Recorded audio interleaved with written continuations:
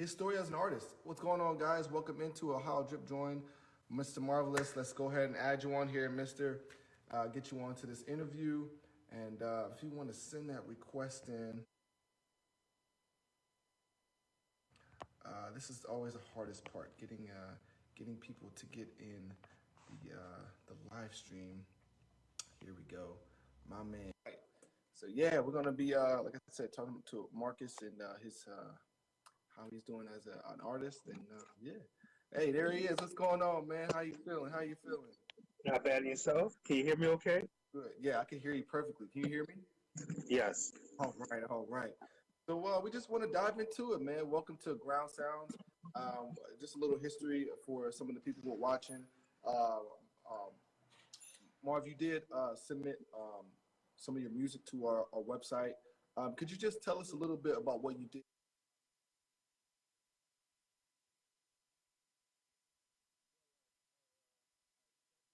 Info, I seen what you did.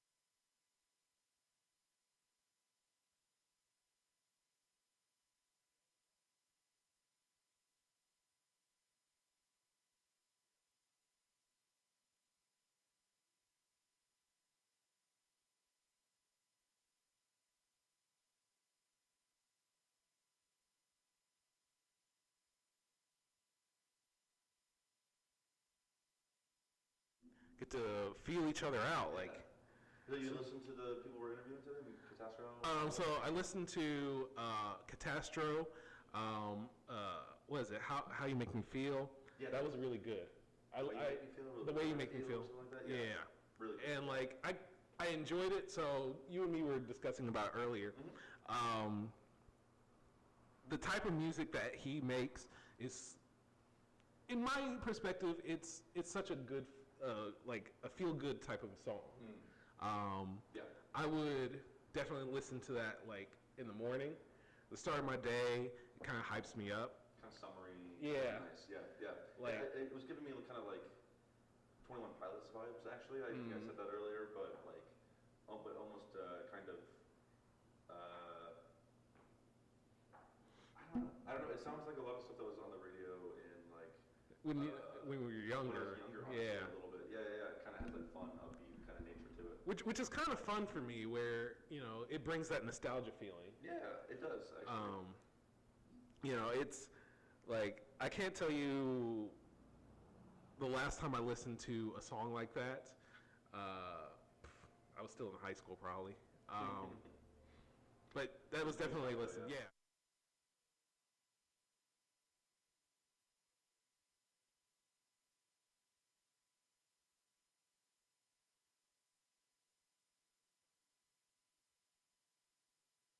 Properly, because he's got that X in his in his name. And it's like, do you pronounce it marvelous, or is it like specially said because of that X, like Marxilus? How do you feel about like people doing that, where they add things into the name that doesn't make any like grammatical? Because like with black or six lack, yeah. Like I think it looks cool, but it also then it makes it really hard for people to know how to pronounce it. Marvelous is like pretty easy. It's an X, Jesse's just an idiot. No, it was Donnie who interviewed. Oh, Donnie's an idiot. I'm sorry. We gotta get the correct ones. But no, see, there's also like artists that have like it's a word, but they've taken out so many letters, like nobody. It's like NBDY, and it's like sure. Oh, I haven't even heard of that. I've heard them like over a year ago. It was like an R&B artist, and because it was around the time like I was listening to like her. With amazing SEO. Oh my god! Well, it was like trying to say SZA, like what is it? Sovereign Zigzag Allah, like. Oh. Yeah. I didn't know that was a acronym. Yeah. Wait, is RZA an acronym for like a similar thing? Because I figured that was a play on like RZA, kind of like. It could be. Like an homage. I don't actually know, because I know I watched this interview with SZA, and that's when she explained what it was, and I was like, that's interesting. Like just to make a word using other words. It's like SZA. You don't. I guess her probably stands for something too, then, huh? Yeah, because there's her, there's a him, there's a they, there's a them, and it's like pretty soon we're gonna run out of pronouns for artists. That's when you get like people who make their rap names, and as long as you put little before it, I guess you're a rapper. Lil Peep, Lil Xan. What about oh man, I'm blanking on it now, but wait, no, never mind. It's not a musician. I was thinking about it. I mean, it's related to music loosely because it's Grimes' son, technically. But yeah, Grimes and Elon Musk's son. Have you seen? There's a bunch of jokes and memes about their son because their son is Because their name is like completely unpronounceable. It's like just a bunch of X10-8. It's like literally something almost like that. Though, yeah. Okay, I get how rich you are, and basically, you can do whatever you want, but as someone who once was in school before, Yeah. I can tell you that, you're going to get bullied. I'm sorry. You're signing your kid up for hatred. That's a layup of just insults. Like, come on, man. Like, Northwest, that's cool. Honestly, at first I was like, wow, I cannot believe they're doing that. But then now thinking about it later, I'm like, that's actually kind of dope. so what about like Cardi B and Offset with Culture, with a K? Yeah. It's not. I don't know. Somehow that does not hit as hard as North. Northwest. Northwest also, yeah, goes together well, but also Saint West. Like those sound closer in names than like the word culture does to me. You know what I mean? It's also weird because of the Migos albums are like the biggest albums that they've released or culture albums, and might as well just have I don't know. I mean, there's something cool about it in a way, but like, yeah. I don't know if I was rich, what would be the most silliest name I would name my kid, because why not? I don't know. I feel like I wouldn't name my kid something that, would be kind of like silly. Like I was watching. Name for some silly first names, honestly.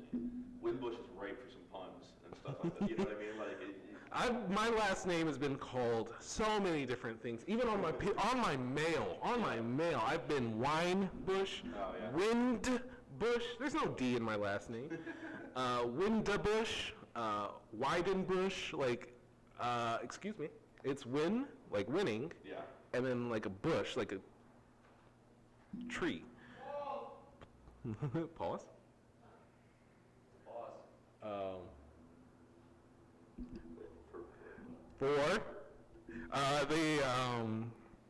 But like the whole thing is like my last name isn't all that hard. You can do whatever you really want with it.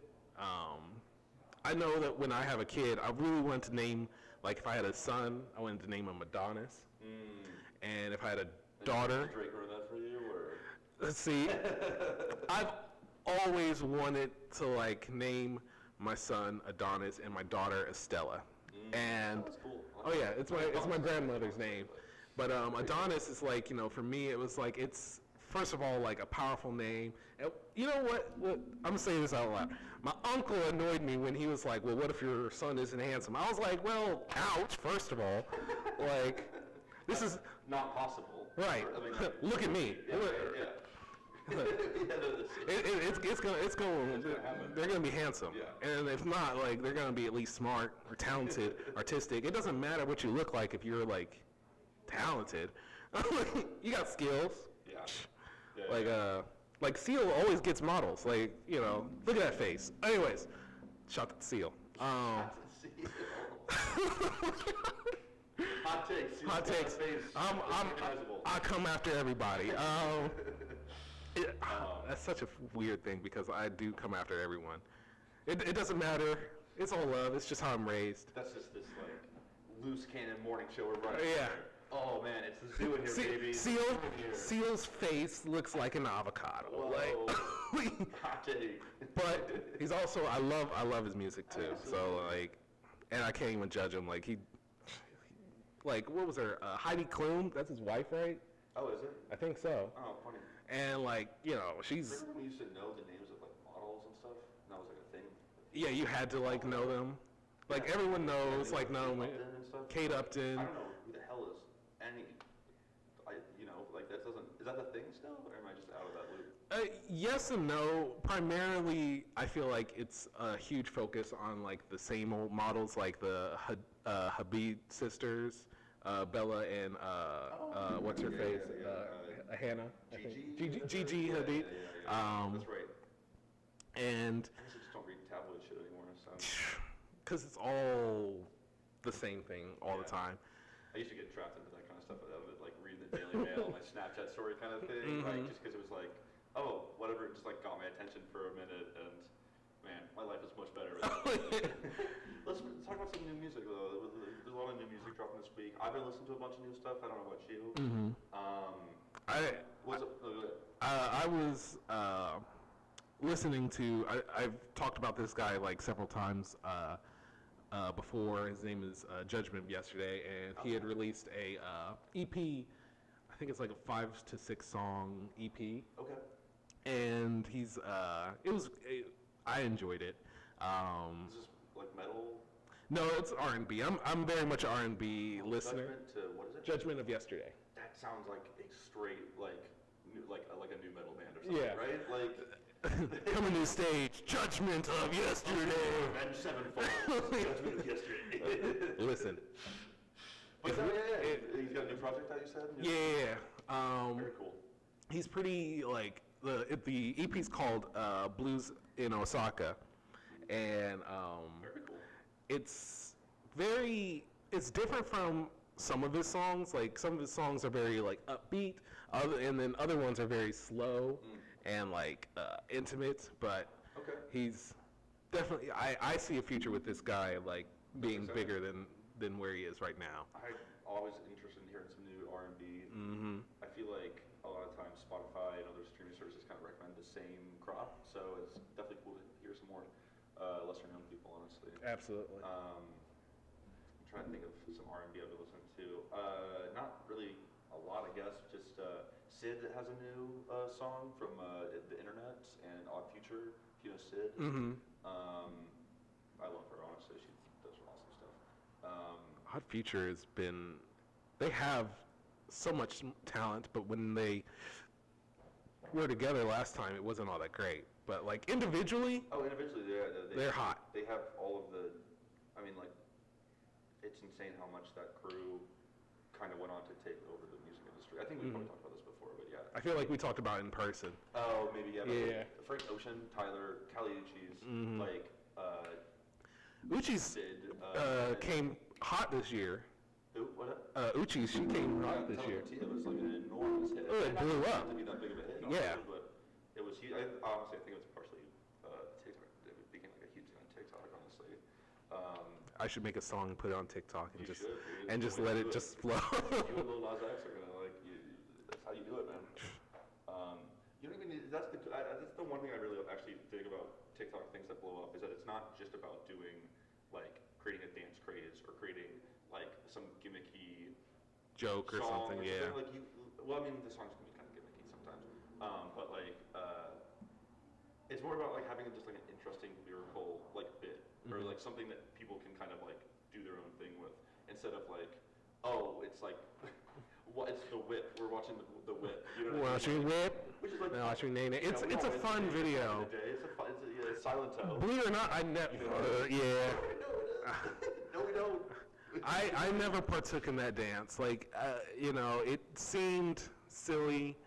I don't partake in like the Fortnite dances. Oh, you Yeah, I didn't whip or I didn't nay. That's the closest thing that I've ever came where it's just like, you know, the most basic, boring looking whips and nays, strictly just making fun of it.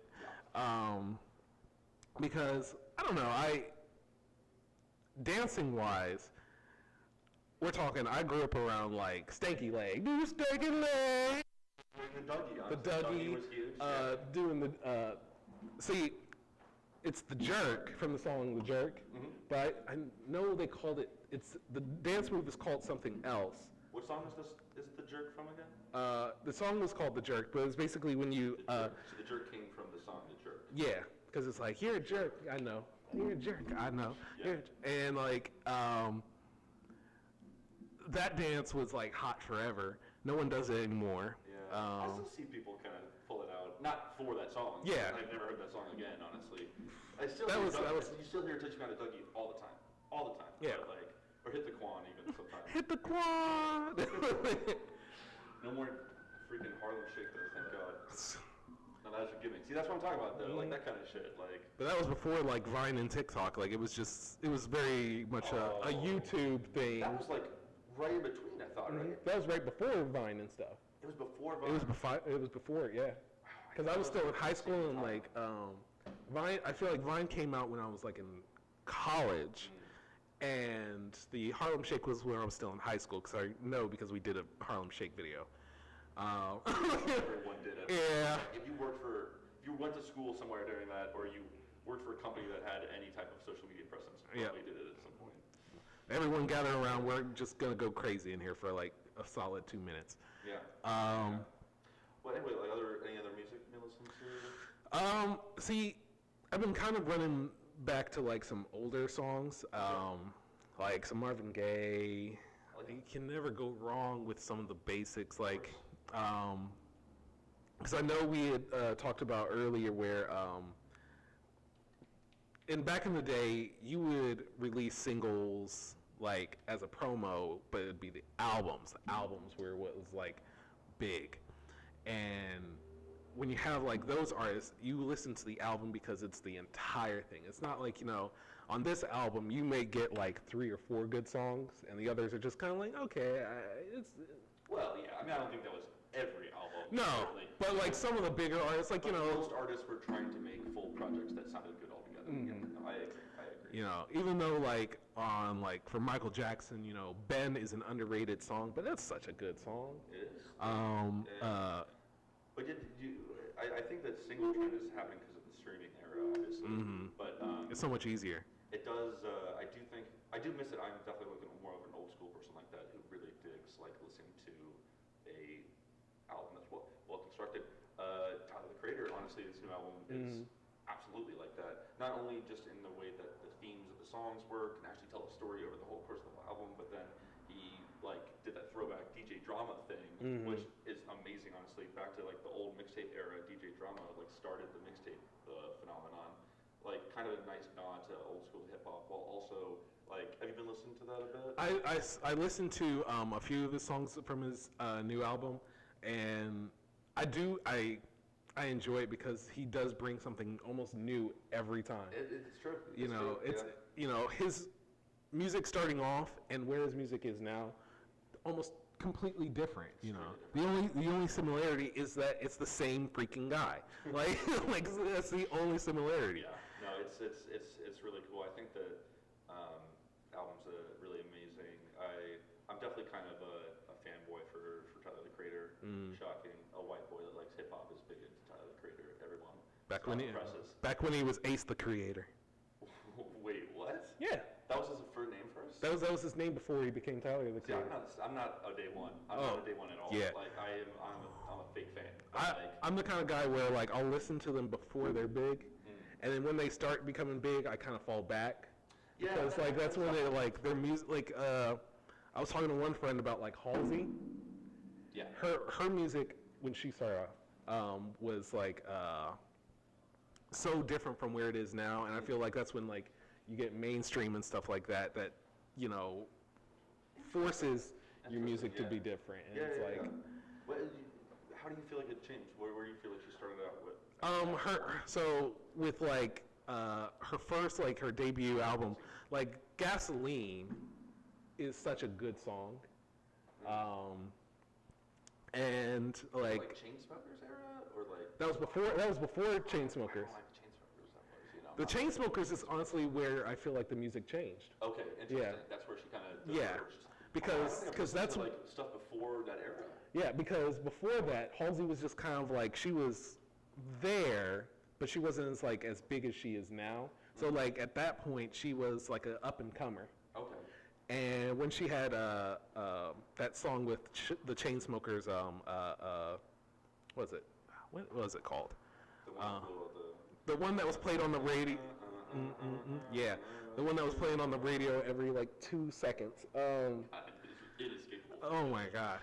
That's why I don't even listen to the radio. Is radio really a big thing anymore? Because like if I listen to the radio, that's because like my aux cord isn't working anymore in my car. No. My phone is dead and I can't connect it through Bluetooth. Then I Guess it's the FM radio. Guess it's skipping around until I 107.5. hearing a channel that isn't commercials. It's literally like 50% commercials too. 50% commercials, And 50% repeats.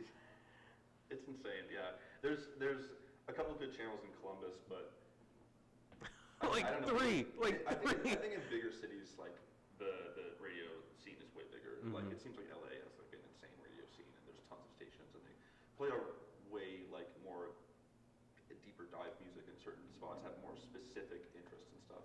But I don't know. I think radio's obviously been dying out, but I think it's gonna stay around. It's shocking that it's still around, really. Yeah. But like I think it has a longevity because it's so accessible to everybody. Like you don't have to pay money; it's just in your car. Yeah. Like if you have. You don't have to subscribe to it or anything. Yeah, like it's. There's still lots of people that don't have like Wi-Fi in their house. You know what I mean? So like it would make sense that I think people would still listen to the radio. radio, I feel like, will never die, but you're gonna run out of, like, kids these days probably don't understand radio. Do you think cars will stop putting radios in eventually? Yes. 'Cause I feel Absolutely. like that's just gonna. Because it's just gonna automatically connect to, like, your phone or something. Well, also, it won't be worth if people aren't listening to it and only are using their phones to listen to music. Then it's like, why spend it? At most, I feel like Outdated thing in here. radio would be more for, like, emergency purposes. See, that's the thing, and that's the reason I think it's gonna like stick around too. It's like so something I do not use at all, but AM radio and Yeah. traffic radio and stuff It's is very some kind important. Of like a cool thing to have. But yeah, let's start with our first interview actually. Our first interview. Yeah, we've been chattering on a lot. I know. We'll come back and talk about some more stuff. You missed out last time, man. So I gotta get everyone back into the vibe. So we're gonna throw it to Marvelous first, right? actually, Catastro. Oh, Catastro. Because we're gonna start off this beautiful morning with some, like, positivity. Okay. And so let's jump into this interview that we had. Not me and Max, but like Jesse. He had with Catastro the other day. It went so well. Dude's really dope. I think you guys are all going to enjoy it because I had not heard Catastro before. And that's one of the best things I love about this job is that, like, I'm finding new artists all the time. Like, I have no idea who this person is, but now they're on my playlist. Like, I'll just immediately add, like, especially on Spotify, it gives you, like, their top songs, probably first 3 like that, just for popularity reasons. Like, someone has to like these songs. Okay. Yeah. But All right, yeah, well, let's go see what that looks like. yeah, that's right. Enjoy Catastro and Jesse. We'll be right back up the interview, guys. Welcome one and all. We are live here in the Groundsounds studio in Columbus, Ohio. Look who we got here with me. I got Donnie. He's getting some work, and you know he's on that grind. Always on that grind. We are getting ready here. We're gonna have a quick interview with Catastro and their frontman Andy. So once he gets on in here, we will get him in and we will go through a couple of questions that we got set up for him. We want to talk to him about their new album that's coming out next week, July 23rd, next Friday. It is Sucker, and they just dropped it. They've also got a couple of singles that they've dropped out before for this album. They've got The Way I Feel, they've got Drop Top, they've got 100 Rips, One Day. They've got a couple of good things coming in. These guys are out of Phoenix, so once they get on in here, guys, we will get this interview going. It is a lovely Thursday here. We've already been going, Donnie. What have we been doing today, Donnie? What have we been getting at? Yep. So if you guys have any new music or if you know an artist that you think would be deserving of Groundsounds, go to groundsounds.com, hit that submit tab, let's hear what you got. Let's listen. Let's get it. Yeah. All right. Well, hey, looks like they just got in here. Let's just get them in here. We'll get this interview going. Let's see if I can get this thing going. I just want to wave at them, apparently. I don't want to wave at them. No, we don't want to wave. I want to get them in here. There we go. Boom. And there we go. I think we should be getting it. There it is. Hey, what's up, Andy? How's it going, man? How we doing? Not too bad, not too bad. Enjoying our Thursday. We got Donnie over here. Donnie's not going to be part of the interview, but he just wants to say what's up. He's got some stuff going on. Groundsounds. How you doing? Let's go today.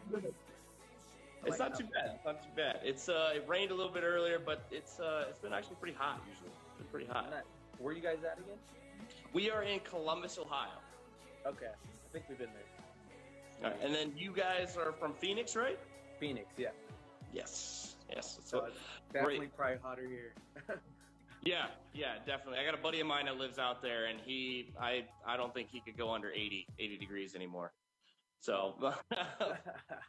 Yeah, it's 110 today, maybe. I don't know. Oh my gosh! Once it's I'm summer, freaking out at like 85. Like I can't, man. Yeah, once it's summer, you just kind of stop looking. It's like, all right, it's shitty outside, no matter, you know. No matter 100, what, yeah. 115, same shit. You're trying to find a pool with something cold to drink. Like that's Yeah, and the pool's a jacuzzi. The pools are warm, so you just gotta deal with it. pick it. Pick your poison, right? Pick your Yeah. poison. All right. Well, we're excited. Thanks for coming on, man. We're super excited to have you here. Yeah, thanks for having me. And yeah, no problem. We just want to. So the first thing we want to get right into is you've got the new album coming out next week. Yep. How excited are you for Sucker coming out the 23rd of July next Friday? We're excited. We're you know, we've been in the recording process for like a year. We had a year to record it, so it's finally nice to start dropping the singles. I think we dropped 4 singles now. It's doing better than any other album, you know, we put out. So we're excited for everyone to, you know, hear the full thing. Awesome. And then with those 4 singles, which of the 4 is your favorite? You've got Drop Top, One Day, The Way I Feel, and 100 Rips. 100 Rips. How did I forget that one? That's my favorite, honestly. That's your favorite? No. 100 Rips, mainly because of the music video. I love the music video that you guys did with it. Thank you. Yeah, our boy Casper. We had been actually trying to do a video with him for like 4 years, so that was dope to finally get one done. I would have to say The Way I Feel is my personal favorite because that one's personal to me. You know, it's about a past relationship, so that one hits. But 100 Rips, I would have to say would be my second favorite. That one just makes me feel. I remember when we were shooting the video, me and Stravers were cruising around. He's a drummer, and we were cruising around in the convertible, and we were like, "Damn, this song makes you feel kind of badass." And I was like, "Yeah, it kind of does, huh?" So that would have to be my second, and then it changes every day, you know, like because I got them all saved on my phone, so when I'm scrolling through music, I'll put one on, and I'll be like, "Oh, damn, I forgot about this one." And so. Yeah, I'm excited. I'm excited for everyone to hear it. You know, the response has been good already, and I feel like every song is a banger, and they're all feel good summer songs like that. So, you know, I'm excited. Our last album, you know, was more of a little more, you know, not feel good summer. So, yeah, I'm excited for everyone to hear it. I think everyone's gonna dig it. It's been great. So a couple people are already saying Drop Top. I got 100 Rips. Somebody said that's their favorite. And a couple other people just saying hello. So hello, guys. This is Andy from Catastro. We're here just talking about a bunch of stuff. So we're super glad that you're involved and you're shooting out. Shoot us some comments, maybe a question you got. One of the first things that I wanted to ask is, how did you guys meet up? What was one of the first meetings of all of you guys as a band? As a band, well, so I've known the bass player Ryan since I forget how I always say it, since birth, since we were 0. So Sons and 4. We got a guy that says Sons and 4 already, ready to go. So hope you're a basketball fan. Big game tonight. Yeah, so I've known him. Our parents are actually really good friends, so I've known him the longest. And then the drummer I met, Stravers, I met in 6th grade. And I think I met Tanner in 6th or 7th grade too. So me and Tanner have been friends for a while. Me and Stravers actually hated each other in middle school. He was like the skater punk dude. I was like wow. Now it's full circle now. Yeah, I'd be wearing Abercrombie one day, and then the next day I'd be wearing like Sean Young with a headband. So I was trying to figure myself out. I still am. But so we all met pretty, you know, in middle school, and then junior year, I think, or senior year of high school, our buddy, he was actually our old manager, Pat. He's in this band called The Main. They were taking off, and he was like, "Yo, like you're super dope. You're good at rapping, but you know, like you're a white rapper from Arizona. Like you should maybe start a band." And this was before, you know. Now if you're a white rapper or any rapper, it doesn't matter. But this is when it was just Eminem, you know, like it wasn't a thing. So I literally just called them all and said, "Hey, I'm starting a band." And the drummer was like, "Are you sure? Are you serious? Like, you know, because we weren't really friends." I was like, "I mean, yeah, you're really good at drums. Like, can you join my band?" and then the guitarist. Did you join my band? Yeah, and then Tanner, he was the only dude I knew who played guitar, so he and then yeah, that's how we kind of formed. I literally just called them all. I was like, hey, I need to start a band, and they were like, all right, I'm in. And then we actually first started jamming at Straver's house, and once we started jamming, we were like, damn, this is kind of cool. So that's how we started. We just kind of met up, called everyone I knew, and that's how the band formed. Just kind of get going. Just wanted to say what's up. We got a few people saying hello, saying that they love Catastro. Super glad you guys getting involved. Stop and Escape is my all-time favorite song. Thank you. Legends Out of the Valley. That is from Jory Poon. Yeah. Thank you for your comment. Shout out. And I think they said that collab with 21 Pilots. Is that a possible? I mean, that would be super dope. That would be something we would love to cover. That'd be crazy. As Will Jacobs says, that'd be a sheesh moment. That would be a sheesh moment for sure. I love 21 Pilots. I think that would be a good tour for us. I know they have really like diehard hardcore fans, so I don't know if they like, they're one of those type of fans that like the openers like fuck them. We only want to see 21 Pilots, but I always thought we would fit good on a tour with them.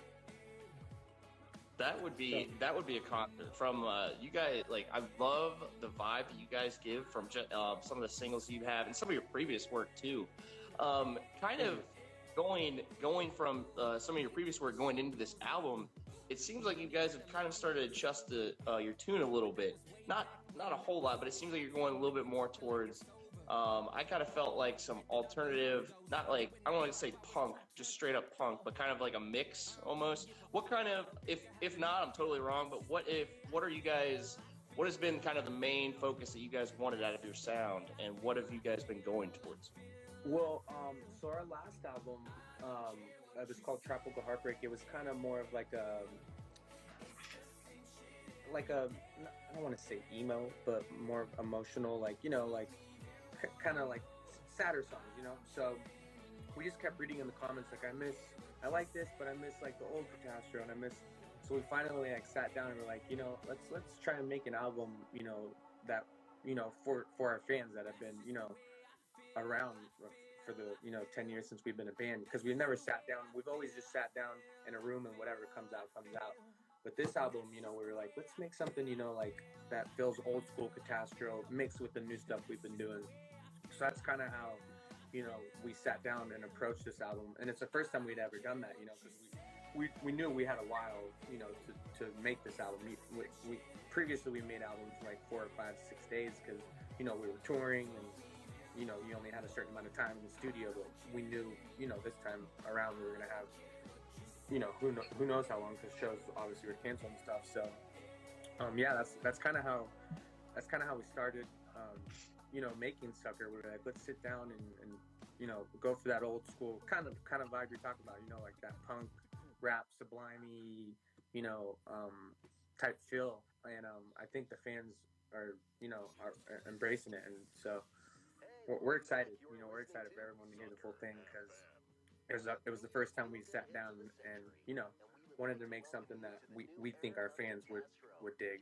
So we try to blend the old Catastro, try to blend the all the 10 years we've been a band into this new sound. So we're stoked. It sounds great. It's definitely, with some of the new singles that I've put out and listened to, it's obviously the fans are loving it. They're sitting here going off telling us each and every one. I got a couple of them even saying, when are you coming back to Atlanta? When are you coming to Tempe?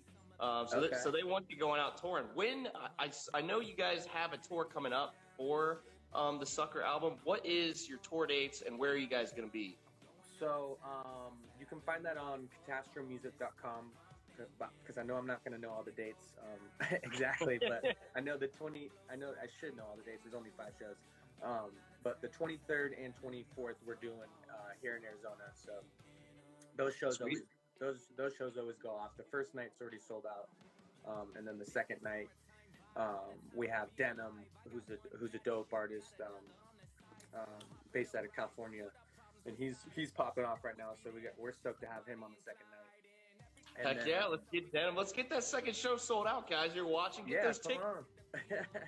Let's Yeah, go. no, the second show I think is gonna be just as dope, and you know we got different sets planned, different things planned for both shows, so they're both gonna be, you know, high energy and different, and yeah, if you can make both because they're both gonna be bangers. But then we play Tucson, we got Flagstaff. I think Somebody those are just said August. that. The Yeah, August someone just said 28th, that. they just put that on there. They're super excited. Dude, boom, they know.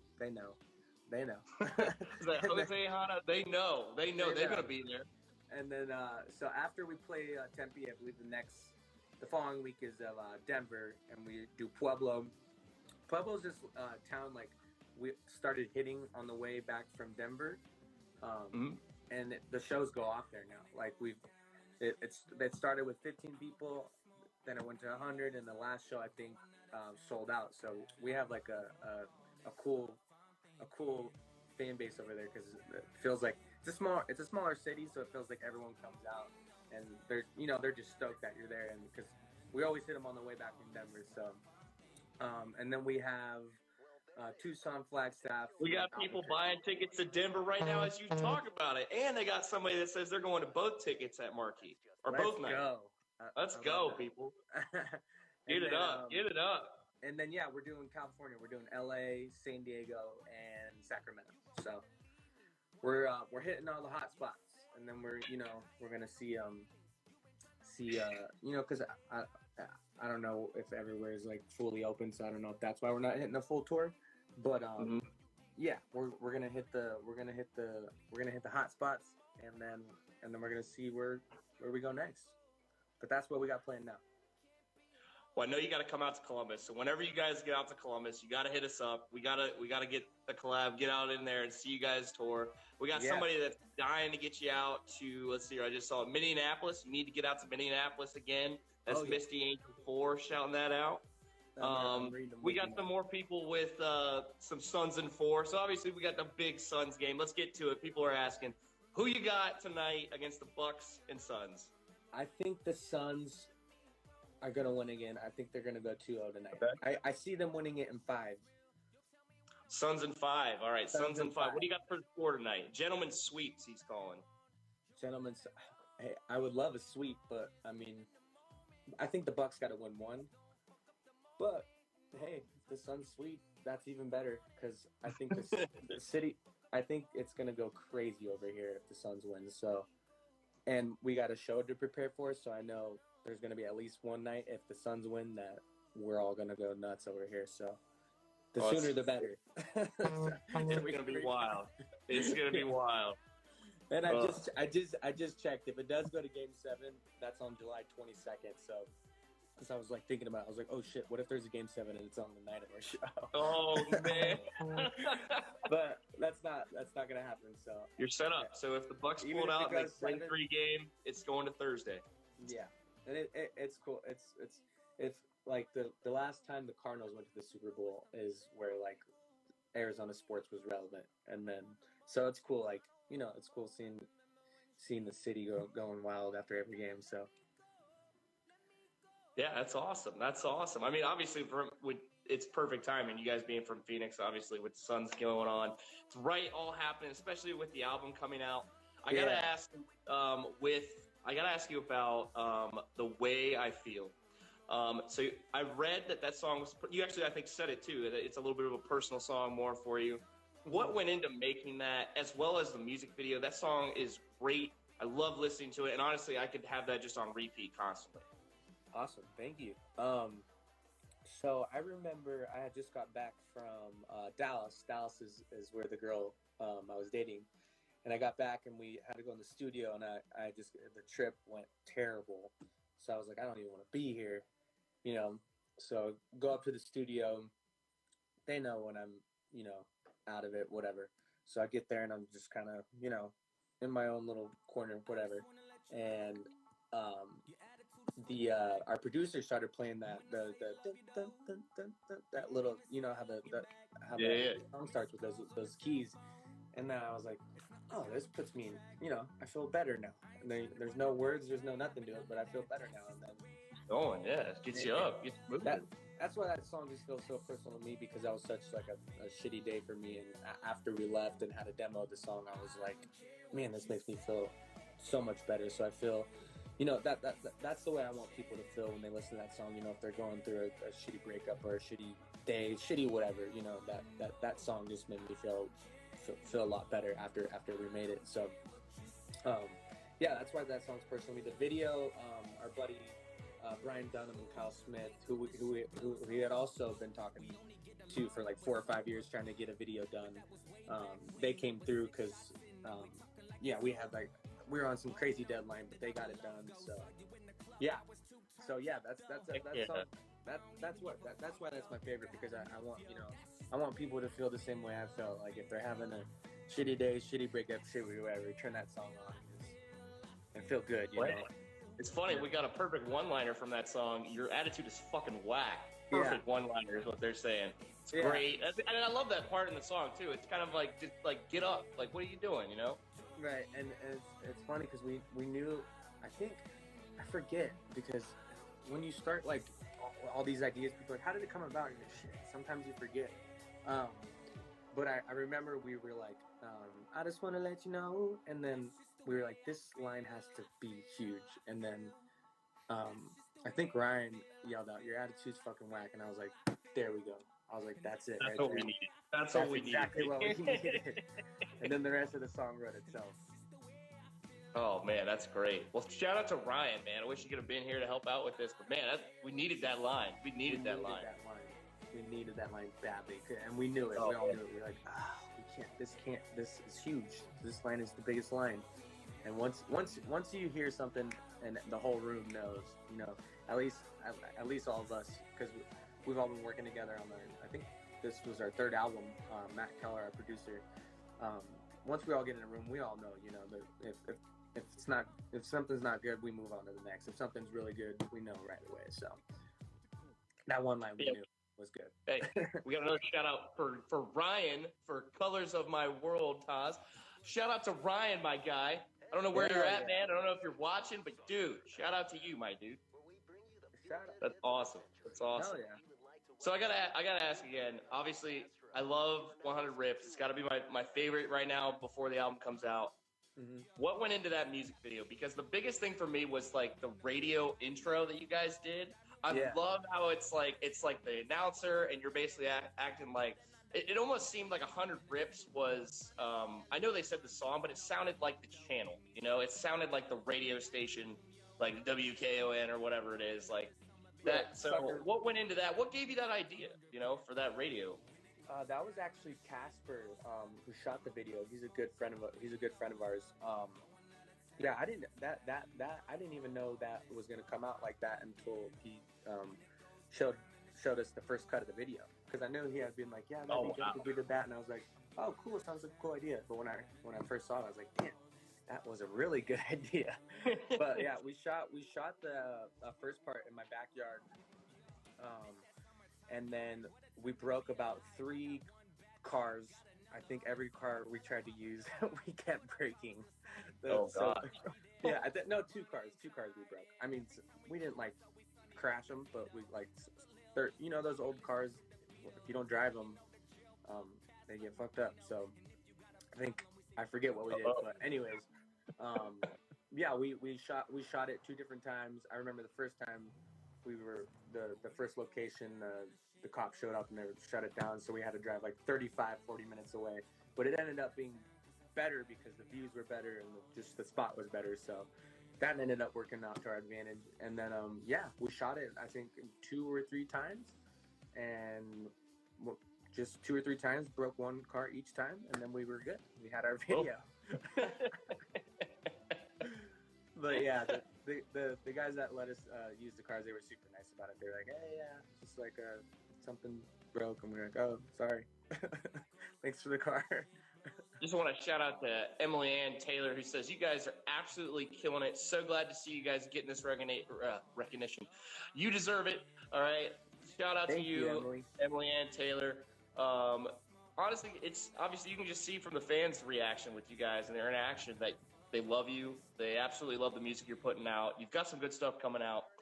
I want to change the tone now a little bit. So I want to go back to last year with the pandemic and everything that was hit and the whole shutdown. How was it as a band not being able to go out on tours and to actually really now, like you said before, you didn't really have much time in the studio to have this unlimited amount of time in the studio to make music? I think it was really, really good for our band because the year before we had done probably the heaviest touring we had ever done. We went on the road with Iration for like 3 months. We did a headliner, I think, right after that. So we had a pretty busy year touring. So we were actually about to go out on another one when I think we're in Vegas, and then like the NBA shut down, like all this stuff was shut down. We're like, damn, this is weird, you know? Like that's when stuff started feeling like, okay, like this could be like a real thing where everything starts shutting down.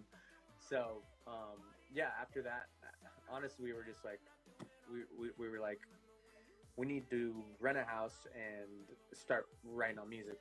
What the hell are we gonna do, you know? Because we knew, our manager at the time kind of had, you know, he was like, hey, I would plan on like maybe the whole year being shut down. And we were like, oh wow.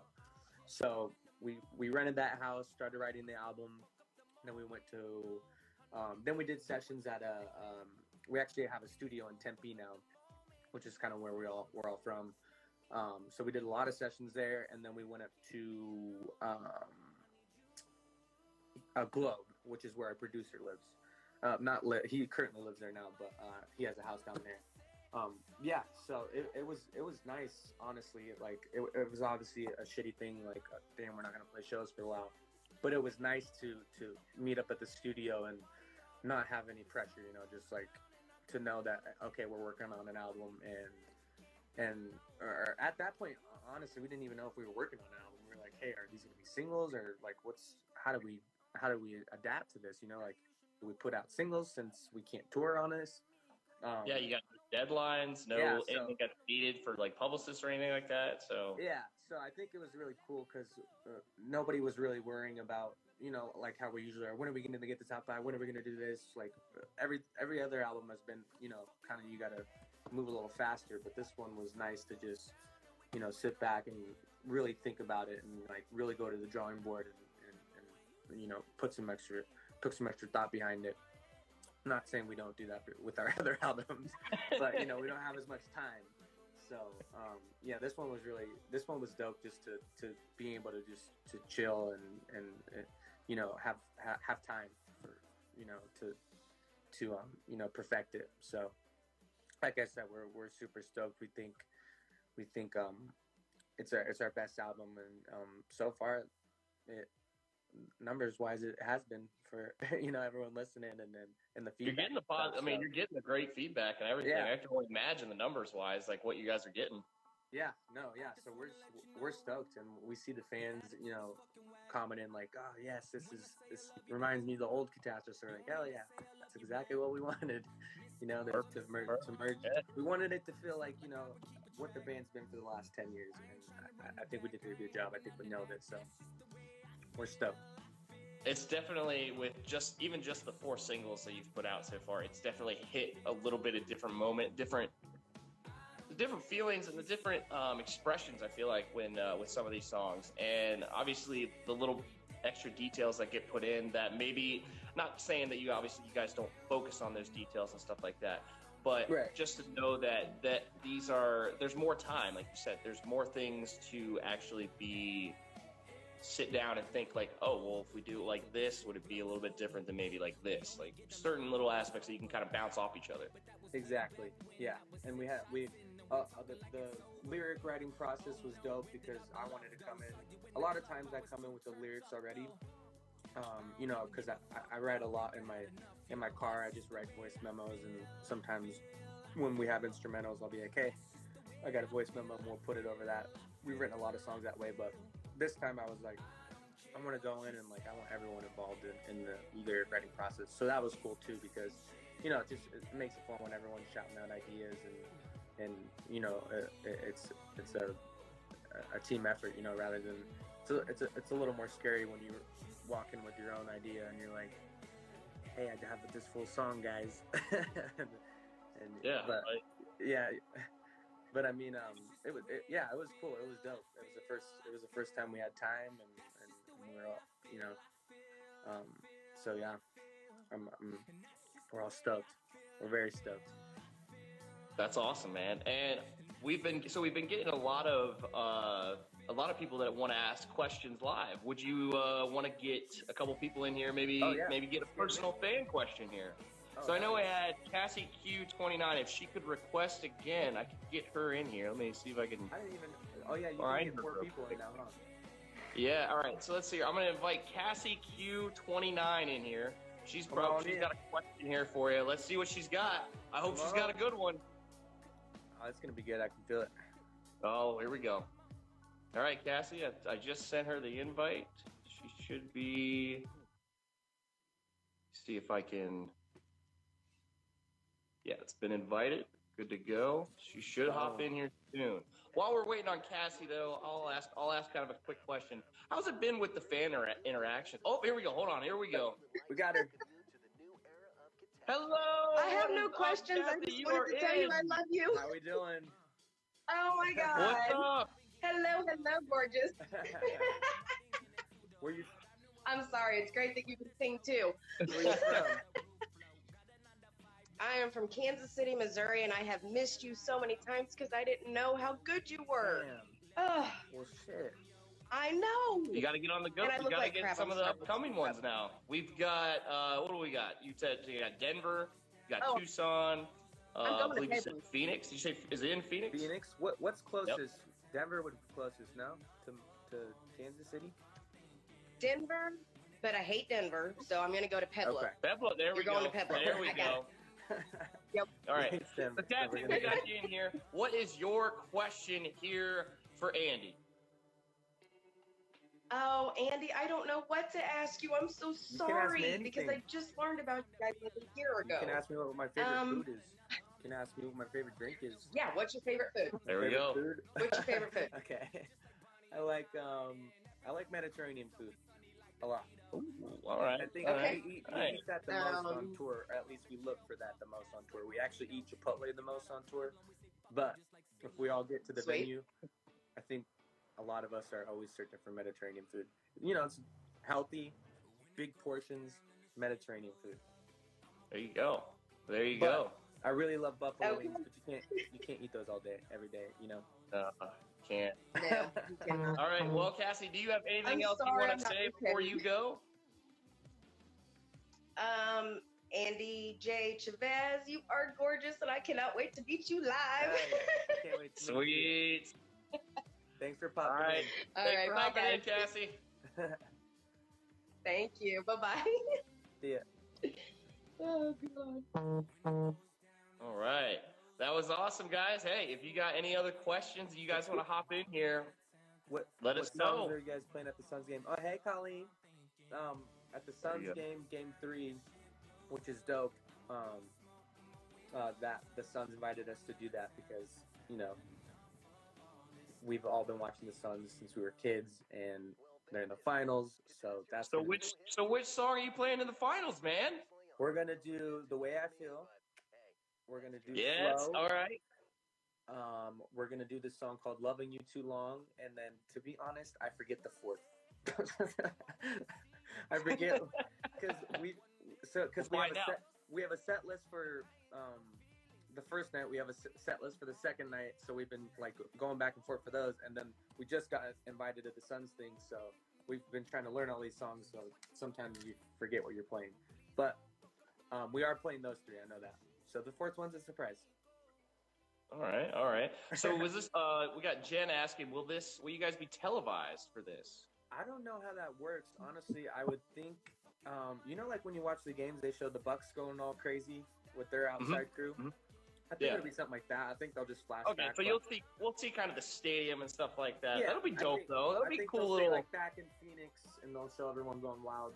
But I don't think it would be televised, and if it would be, I think it'd be on something like local. But we're gonna have people there with us filming and everything, so we'll have content and stuff we can post. You know, showing the performance and all that. So That sounds awesome. How excited are you for that? Oh, it's gonna be dope. I told my mom about it, and she was like, "No way!" So there, I got my parents coming, and my sister and all her friends coming. All the homies are coming. So yeah, it's gonna be cool. And I heard all my friends went to game one, and I was like, how's it gonna be? Is it gonna be weird? Like, do people? He's like, bro, what do you mean? Is it gonna be weird? There's like thousands of people on the street, and I was like, oh, okay. Because I was like, it's an away game. Like, are there gonna be people in there? But I think our manager said they're expecting 18,000 people. So, I mean, with it's been kind of similar how with Milwaukee right now, they've got their whole everybody at the arena. They've had like 20, 30 plus thousand. They look like they go crazy since they entered the playoffs. Yeah, like, yeah. Like I think the Suns did some showings and it wasn't as crazy the away games, but yeah, it looks like Milwaukee's been going nuts over there. But it's gonna be nuts on Sunday, so we're excited. And That'll be awesome. That's a pivotal game, Game 3. It is. That's. I mean, hey, it could be a pivotal game if you win tonight. Right, and we go can't up give 3-0. We can't give no shitty performance, so we got to make sure. Nah. I want to see some Chris Paul. I want to see some Devin Booker. I want to see Ayton. I want to see him getting it done. Let's go. Because I picked Suns in 6. I picked Suns in 6. I'm a Cavs fan, so I have no attachment to either of these teams right now. Yeah. I think with Giannis going down, I think it's gonna be a tough game. Yeah. Oh, is he injured? He had his knee. He got his knee hurt. I know he played the first game. He played through it, and he looked fine. I think he'll be better slowly as the series goes on. But I keep looking at Chris Middleton. I'm waiting for him to have a 40-point game, man. Yeah. I think he's gonna go off. Both of those guys are scary if they get going. Yeah. Oh yeah. Is your niece gonna be at the game? No, she's not. Everyone is always asking about my niece, which I love. I post her a lot. But no, she's not gonna be at the game. She's 8. She just got her 9-month checkup today, so she can't go to Suns games yet. Yeah, she probably will not be there. No, she might be asleep. She might be sleeping, but yeah, I can't wait till she can go to a show or a game or something. That how awesome would that be to have your niece there just watching you? That's gonna be amazing when she can go to a show. That's gonna be my favorite show. The first show she can go to.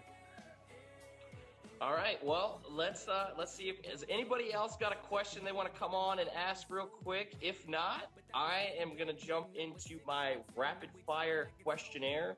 Hey. Are you ready for a quick 30 seconds to a minute of rapid fire questions? They're yes or no answers. They're just kind of a quick off the top of your head. If I can speak, here we go. I'm ready. Please come. Are you ready? All right. North Carolina or Denver.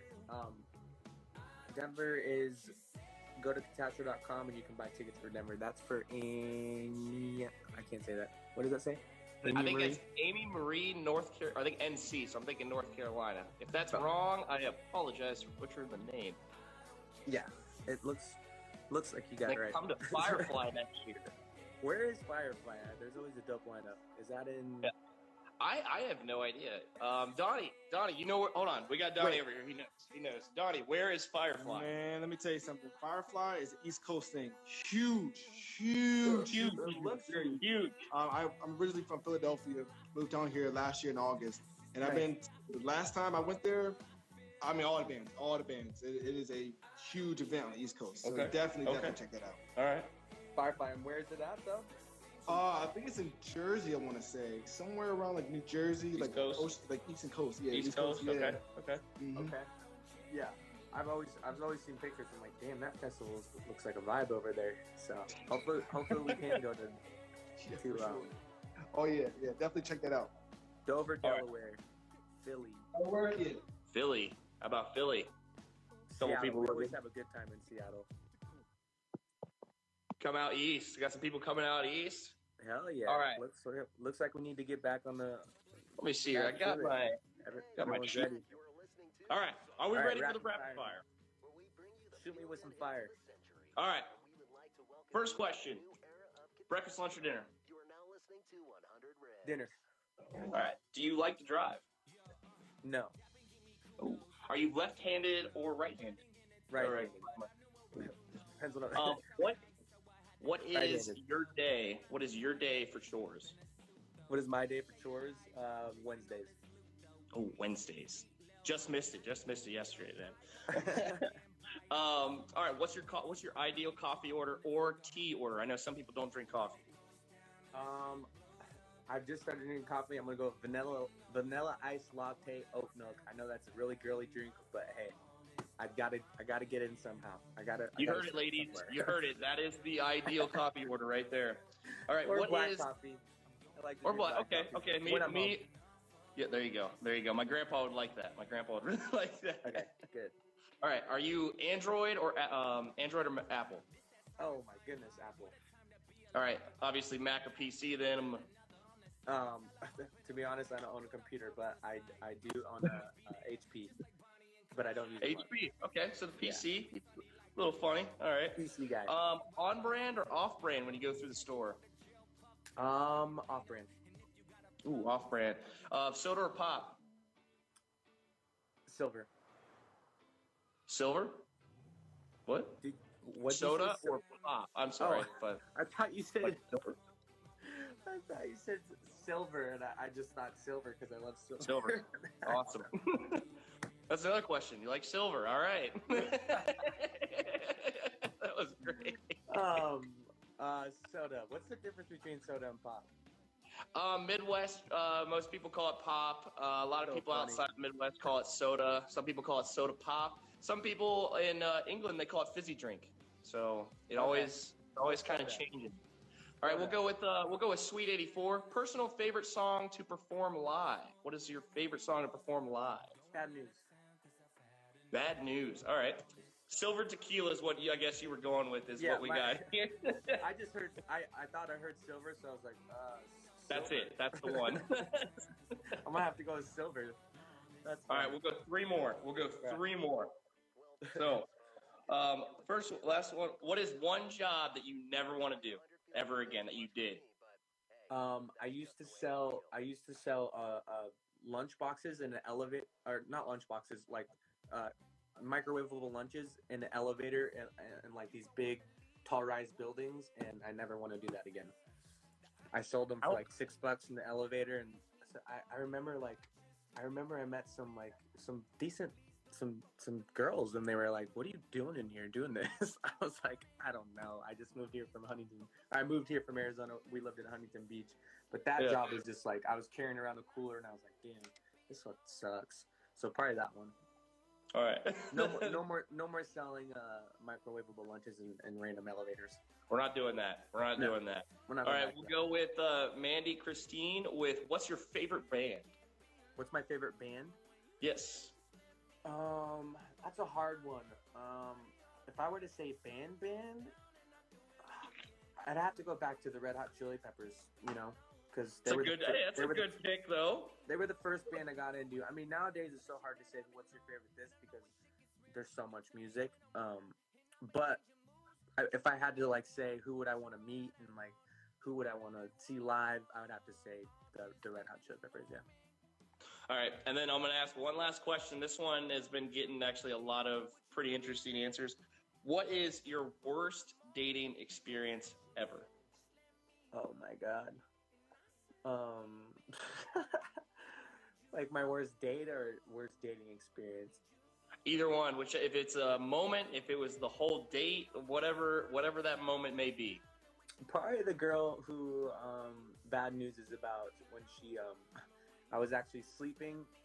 She went through my phone and she gave me a nice little black eye on the face when I was sleeping. I woke up to a hit in the face. But hey, that's one of my favorite songs. So she did some good, She is that was my worst experience. Forever in your mind. She will forever be there. If you go look at the cover, there's a black eye on my thing. That's actually from a real picture. But probably that's from her. And there's a lyric in the song, "I'm the one who got bitch slapped." So probably that was my worst experience. All right, I just saw this question by somebody else here. This is, if you could do a collab album with anybody, who would it be? I like that question. A collab album. I think I mean, we got Glass Donnie Animals. here. Glass He's like, Animals. he doesn't could be- Glass Animals. Glass could be really Animals? dope. Okay. Uh-huh. That'd be a really. I think that'd be a good one. That'd be a really interesting album with kind of think the that'd be mixture. sick. I love Glass Animals. I actually just found out. I was actually just talking to you, Donnie, about this, that they're coming to Columbus later this year, Oh, and sure. we're wondering if maybe we can get over there and kind of try to cover the concert a little bit. Oh yeah, get in there. I saw him Right? live once. I saw him live when his foot was messed up, and they were bringing him out on a big, like this big king looking chair. But they kill it, and yeah, I think that'd be dope. I think we can make some dope shit together as some Glass Animals. It's funny. I don't know how to say that. I think it's FK Esme okay. dash TT. They're the one that asked about it, and they are going to now look up some Glass Animals. You will not be disappointed. You will love you some Glass Animals, man. I tell you. Yeah, Yeah, you gotta right here. start- Glass Animals is awesome.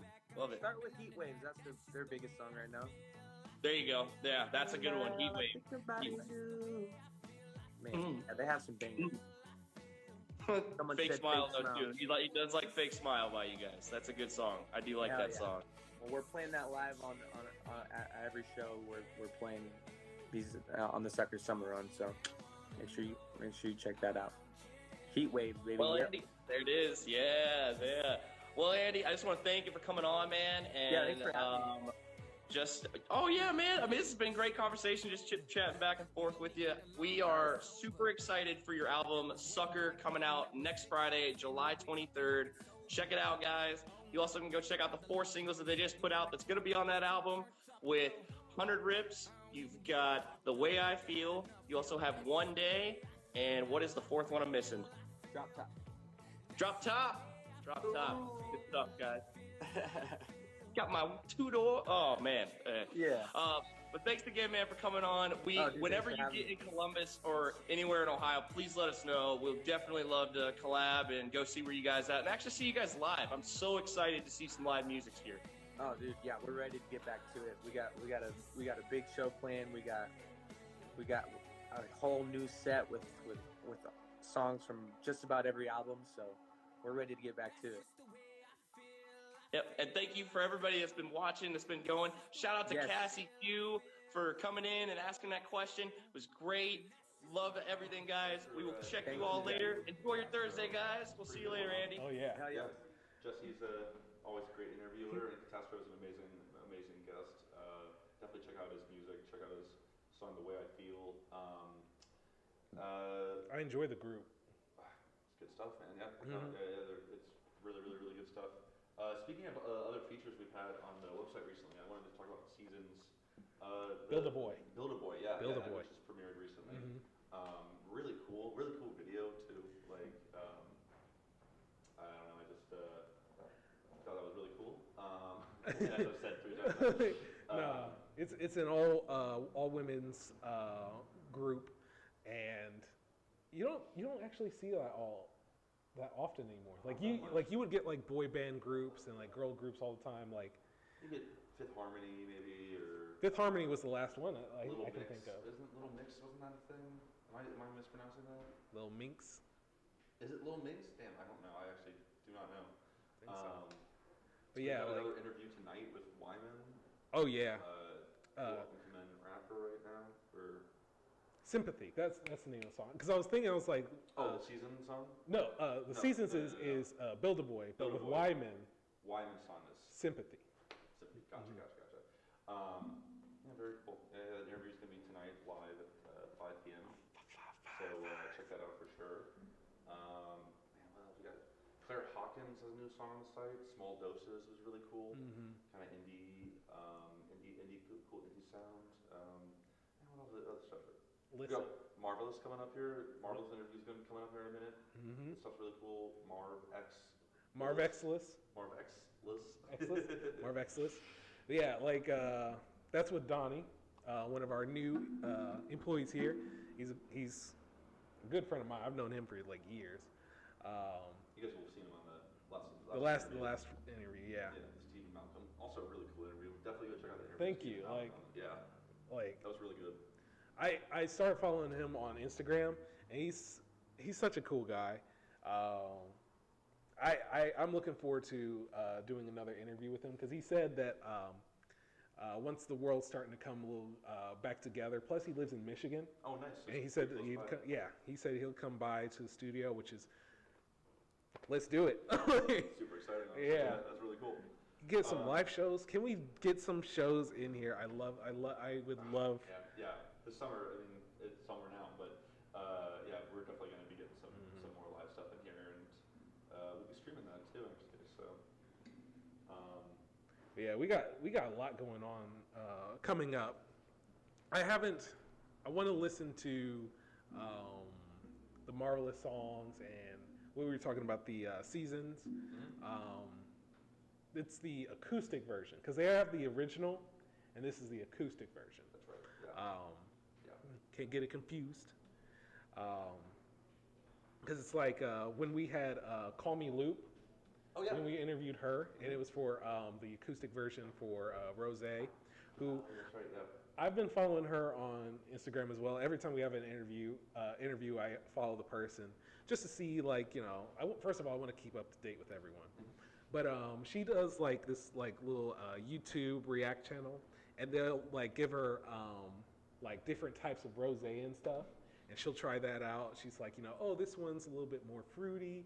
Oh, I don't think I'll drink this one ever again. And I love that. Like, we've had some people on here. We have. Did you guys talk about Gabby on ESPN? Yeah, that was awesome. It was the week after. Like, we had her on here. 1 week later, she's on ESPN. Graffiti by Gabby by Gabby on Instagram. Yeah. Check her out. She does some amazing art. Yeah, and a week later she's getting interviewed on ESPN. It's crazy. For the shoes that she was designing, custom shoes she designs for WNBA and college and stuff like that. So They were talking about like cool her stuff. designing shoes for like Serena Williams. That'd be so dope. That was so cool. Yeah. Well, yeah, other people that we've been highlighting lately, Jonathan Baines out of Nashville. He's got a poppy soul sound. He's got some new stuff out. He doesn't have some new stuff out. He has stuff out now. He just dropped his debut single, Just As You Are, which is like, it's official start of him being an artist, although I think he was kind of torn around North Carolina and stuff at other times, just open for people. But definitely check that out. Kind of southern soul pop vibes. Really cool stuff. Yeah. We got Not much else to talk about. I think we're like the Marvelous interview is going to be a good chunk of the time pretty good chunk of the time. because I was here during that interview. Like, I was just sitting right across from here. But yeah, the guy seemed so cool. The interaction between Donnie and Marvelous seemed so natural, in which I feel like it's so good for us in Groundsounds because we look for more comfort. With most shows, you get like people that they have like their usual questions and like they have the direction that they want the conversations to go. Yeah, they get answers in mind already. Yeah. But for us, it's more of like, what do you feel, first of all, most comfortable about discussing? And, we're so open about the world. You can discuss about the world. What do you think about X, Y, and Z?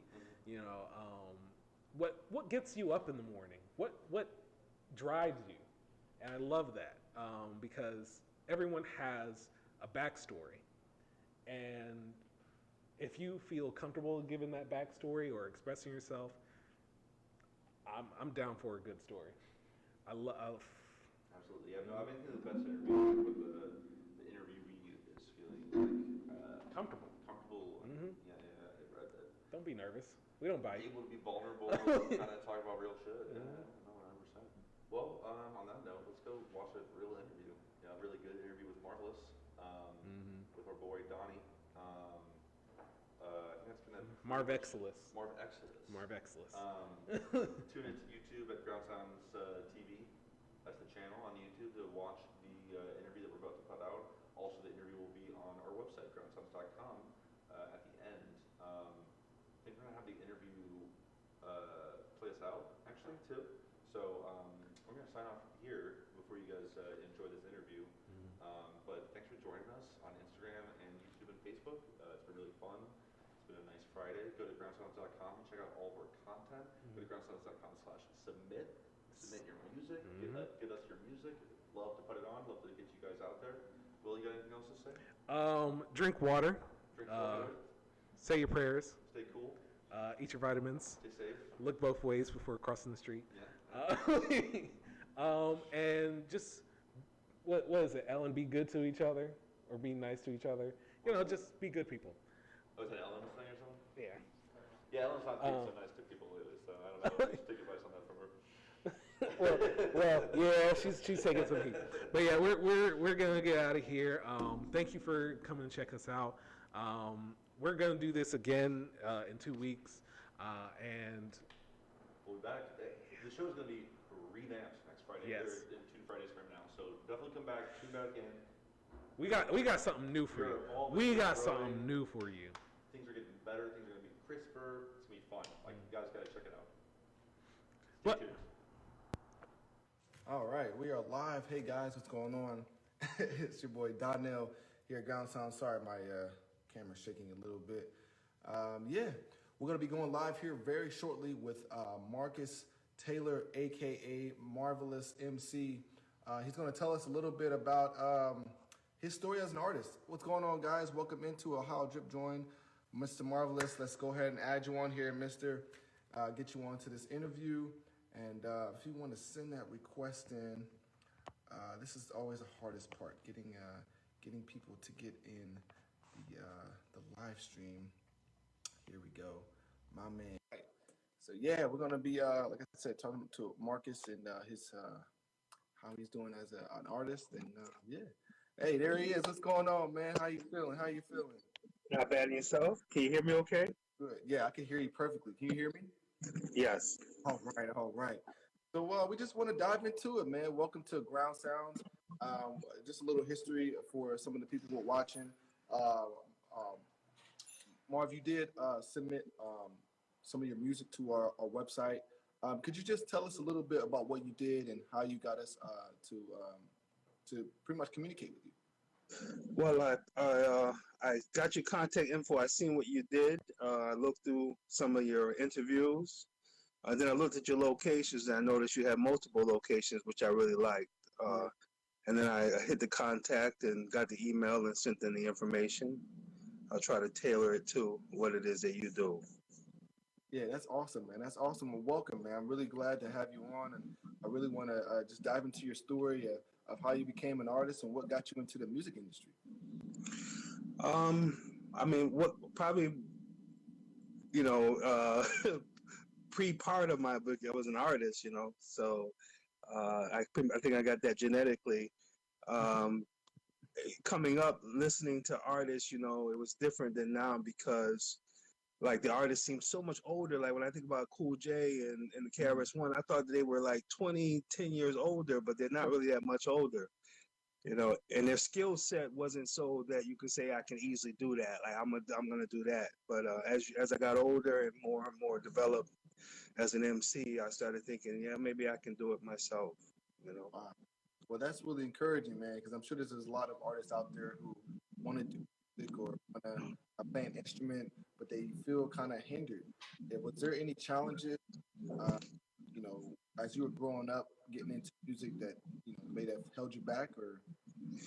The location was one. I'm from Utica, New York, which is about 4.5 hours from New York City. So, whenever you're dealing with entertainment, it's either a matter of Los Angeles or New York at that time. Now, with the internet, location doesn't matter. But at that time, you had to be in one of the major hubs in order to get noticed. So it seemed like we were miles and miles away, Wow. So what is something that you took away from the location that you moved, and at one point I thought I heard that you've been to New Orleans or something like that? No, I've never been to New Orleans. I've been Florida and the eastern side, the eastern coast, seaboard, and out west in Hawaii and Midwest, Wisconsin, Chicago, and I've lived in Newark, New Jersey, besides New York City. I've lived in Poughkeepsie, New York, Rochester, New York. So it's upstate New York. Well, I want to get away from saying upstate New York because that encompasses a whole lot of things, and all these cities have their different personalities. And so I'm from Utica, New York. I lived in other places that are not that are not New York City. In New York is the only time I think you get a location based on its relevance to where New York City is. So we say upstate New York because New York is downstate, you know. But in California, you don't say upstate Los Angeles or Right. upstate, you know, upstate California. You know. Oh man, but yeah, that's great, man. I'm just like I said, I'm just very encouraged that you were able to come on and get to talk to us about your career and stuff. I listened to Life Is Beautiful. We did a feature on there. Yeah, I seen it. Thank you. Could you just tell us a little bit about the process of making that song and what it was like working with Mrs. J, Shisha B, and Harris, Mr. Harris? Yeah, so Bruce and I had worked together with a band that MCs that I had known. MC Nickel Kills Mike, Nickel and Dime Ops. Bruce was a part of that operation, and so Nickel and I used to go back and forth. I would perform with him at Smoke. I had a show downtown in New York at the Bowery Poetry Club called Fire Your Boss. He would come down and perform there, and so. In meeting Nickel, it helped me to expand my knowledge of jazz because I was around a lot of jazz musicians at that time, and jazz is a relatively new art form to me because I had heard about it, but until I came to New York, I didn't really know about it. So Bruce had worked with Nickel, and so we would trade musicians. So I would get Frank Lacey, and he worked with the Likey, and so the hip hop world and the jazz world are very similar. There's a lot of intermixing, especially in New York City. And Miss J and Shisha B happen to be my sister and my niece. So I've worked with them, throughout the years on a song called MBS that was produced by a kid named Kevin Fountain out of Chicago. And so, but the actual process came because I seen that clip of John Mayer playing this guitar loop, and it was just like his facial expression, his strumming, just like it kind of captivated me, and it kind of reminded me the really influence of the song kind of reminded me of Peter Gabriel's Sledgehammer. Yeah. You remember that song, like his facial expressions, and I was just like, this is kind of like Sledgehammer. So it made me revisit Peter Gabriel a little bit, and that helped me in thinking of some things. Then I thought about it for over a year, just thinking about how to do it, because again, this was during the pandemic, so I wasn't able to run to the studio, and I don't have a studio set up at home per se. But then I found Band Lab and started working with that, so it was pretty cool. And my son helped me out with doing that as well. Okay, wow, that sounds like there was a lot that went into making that song. Was there any inspiration, or it was just something like a song that just came up on you, or how was like the inspiration for the song? Was it that? That's a great question. So I seen a clip of a movie called Life Is Beautiful, and it's one of those movies that I had never seen, and still to this day I haven't seen this in its entirety. And this happened probably before I seen the John Mayer clip. And the more and more I seen of the clip of this movie, the more and more I learned about it.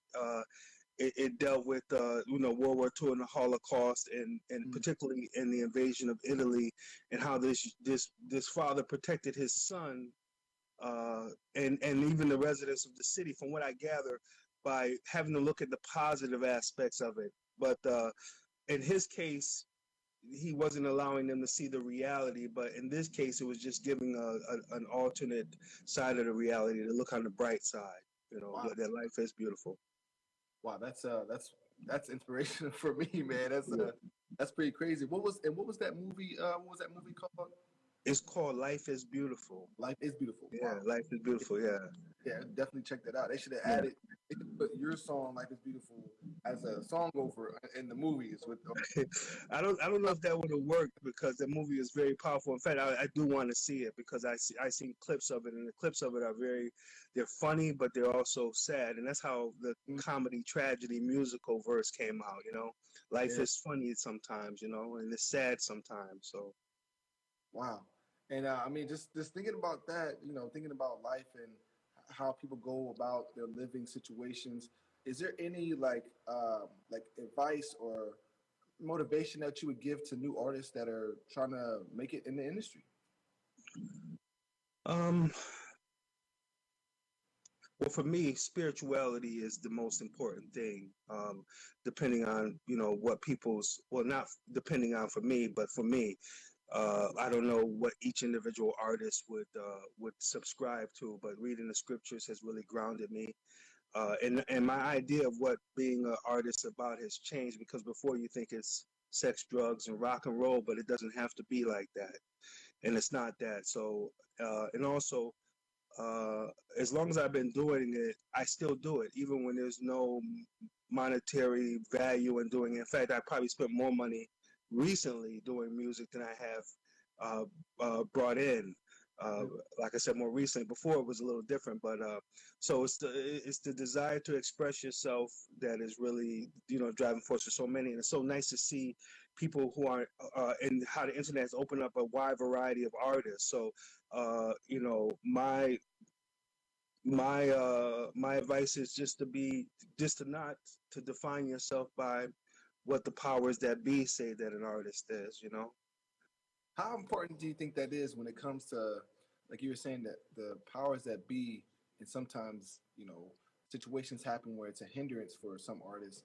How do you think people can maneuver through the industry without having to go through extreme situations, like you were saying? People get this money or they get these kind of fame and they just kind of go wild. Is there like a plan that you would give to someone, or something that you would tell them, like, I would do this way and kind of keep your life structured?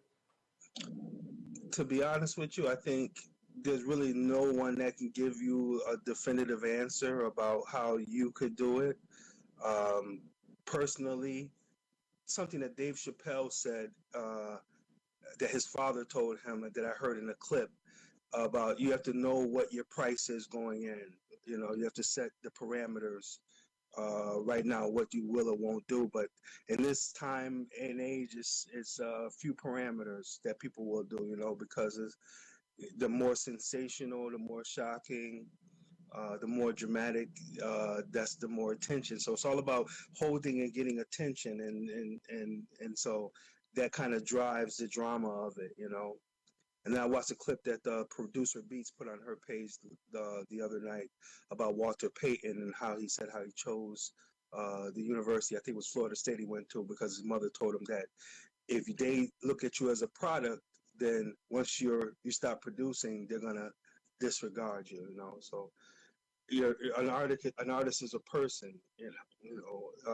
So, and it's not a product. We have something that can be monetized, but it's not. We're artists. Wow. Yeah, that really blew me away, because it's made me think about just, I'm an artist, but I'm more of a private artist.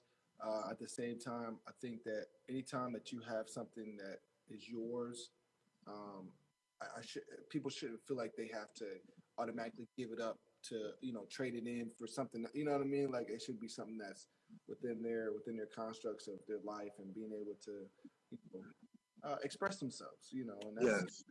down to.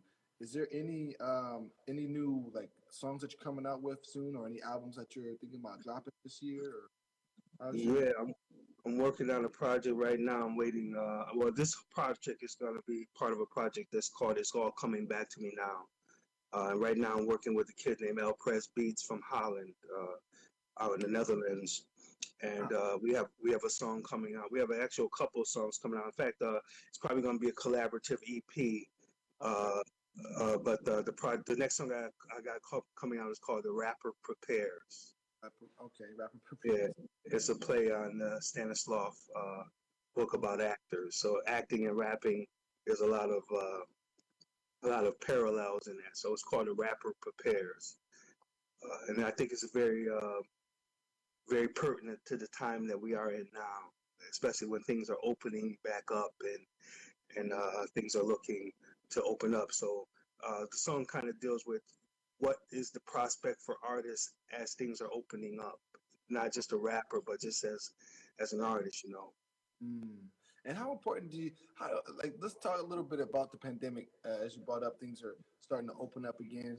What was life for you like when things were shutting down last year? Because I'm sure, I was in Philadelphia last year. I moved here to Columbus about a year ago, and I can just remember living in Montgomery County, everybody was freaking out because it was Philadelphia, New York, and DC. Baltimore, excuse me, were really a big area for the pandemic, and the coronavirus was spreading very rapidly. Just tell us a little bit how you were able to deal with it, and now that you're coming out of it, what are you looking forward towards? Well, I'm thankful because in reality it was more gradual than it could have been.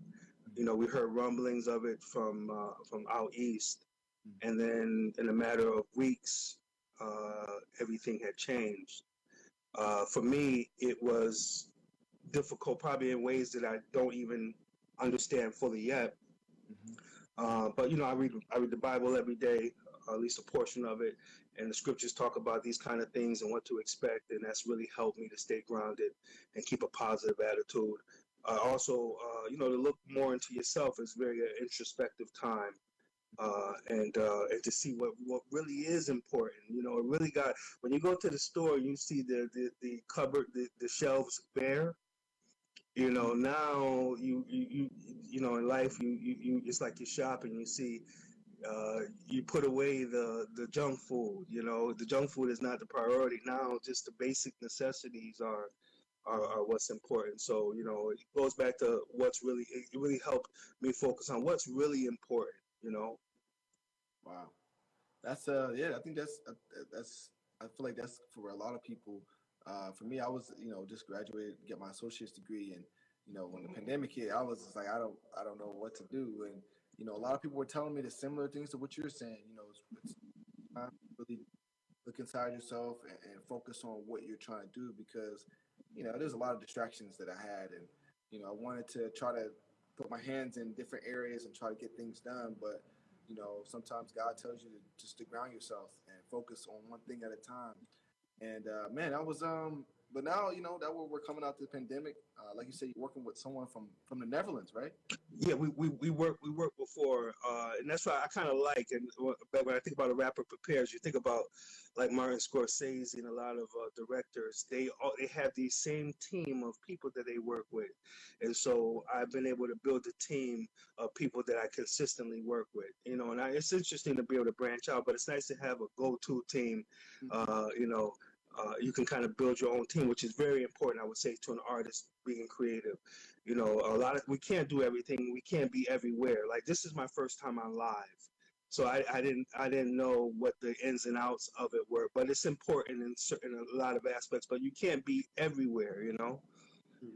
And I think a lot of times social media gives us a false sense of popularity because you might get liked on a post that you put on Facebook, and the same post gets a lot of likes on Instagram. But when you look at the people, it's the same people. That's a good point. It's like you're not really being able to get outside of a certain kind of a niche unless you can really choose, where you are. So for me, it's been important to see what's working, to really evaluate what's working. Like how much does it take to make $10 on Spotify streams? And when you take that number and you add it and you compare it to how much somebody might be charging $10 for a service, it helps you to be able to kind of weigh what the value is. If your service is X amount of dollars and then it costs it takes X amount of spins to get on Spotify, then how much does it take to generate those kind of spins? So in ways we've all become kind of mathematicians, which has never really been my strong suit. Yeah, no, I understand. I think that's very important when it comes to sharing your history. When a person gets to a certain level, you gotta start. You may not necessarily have to learn it, but the people, like you say, around you, your team, someone's going to have to be knowing the analytics. Someone's going to be absolutely numbers and getting the things that is right for you because like you said, when you start working with people from different countries and your streams start getting a certain amount of numbers, you're gonna have to kind of like you said, go to another level, turn up. Yeah. Another thing I want to mention is I was walking in Union Square a few months ago and I seen this kid that I had seen, Obar. He's an artist, photographer, amazing photographer. Too, I don't know much about him. He's a mysterious character, but we have a pretty good rapport when we see each other in passing. And he said that he was just listening to one of my songs that I put out some time ago, and it felt nice to know that people were listening to the song because I just it's New York, you're walking through, and I just ran into him. Yeah. So if Spotify say you only got X amount of users or this Deezer or all these other things, that's not a true representative of how many people you may be affecting. You know, that's just on their particular algorithm and how they look at things. You know.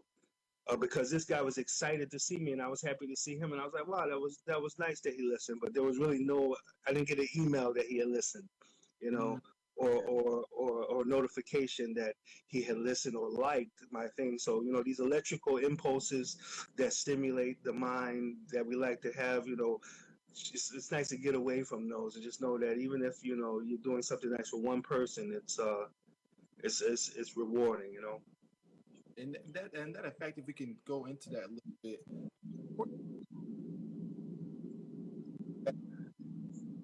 You're coming in and out. Oh, okay. Sorry. Is this better? Yes. Okay. Perfect. I was saying, like, explain to us, like, as an artist, how important it is when you, like you say, you hear people say, they talk to you about your music or they sound excited about it, but you didn't really get a notification. How important do you think not seeing or not knowing an information, but then getting a result from it? How important do you think that is as an artist? Does that encourage you? Does that motivating? Could you? Yeah, very, very much so. I used to push my music outside of Fat Beats. I ran into a creature who I had met years before, and I seen him at the Bowery Ballroom, and he seen me give my music away. I think I gave it to Jean Grey or somebody, and he said to me that you shouldn't do that. You shouldn't give your music away, not to her particularly, but you shouldn't give your music away. You could get money for it. And I was like, oh, no, it's like a lot of artists. I'll just promote it. But after that, I embarked on a mission with him, and it was instantly gratifying to see people take your record and give you money for it. And then to actually start seeing that start to impact, seeing articles. I met a kid from Brazil, and the next time I seen an article in Brazil about my music, and it was just like a wonderful connection. But you don't always have that advantage, and right now you really don't have that advantage. So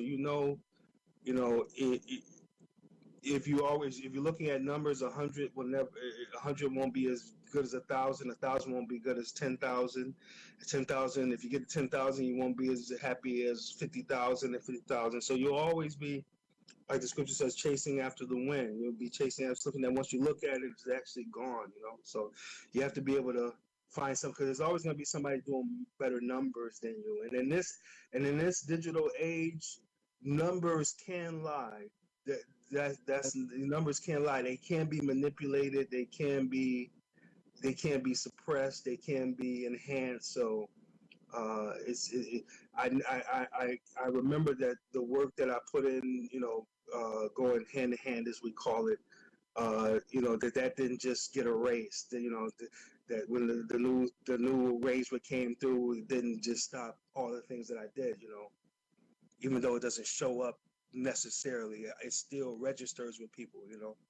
Wow. And that's the thing that, like, a lot of people may get discouraged on, or some people may feel frustrated because, like you said, there's algorithms, different kind of algorithms for different kinds of analytics. I'm not really into analytics, but I know it's important. It's a lot of math. I'm not really good at that. In business, they call it analytics. In society, they call them stereotypes, which is interesting. Okay. If you say that this kind of person from this kind of thing always does this kind of thing in social, that's a stereotype. But in business, it's analytic, it's metrics, it's machine learning. So it's funny. But I'm sorry, but what were you saying? No, I was just like, I'm just, I don't know. My mind is always blown when it comes to, speaking about analytics and machine learning. Eventually I feel like the machines are going to take over the industry, and they're going to be the ones signing the contracts. Yeah. I'm thinking, but no, man, I just think it's really cool to just hear your story, it is very very motivational because I know on your website you're talking about you've been at this since mid '80s and stuff, and being able to connect with people from really all over the world. That's Yeah. that's what Ground Sounds is really about. We want to connect with independent artists, and we want to be able to promote what they're doing. Whether that's music, whether that's art, or whether that's just being out in the community with culture. Is there any like community projects that you like to work on, or is it you want to try to do to reach out to the community? When you say community project, what do you mean? Like doing like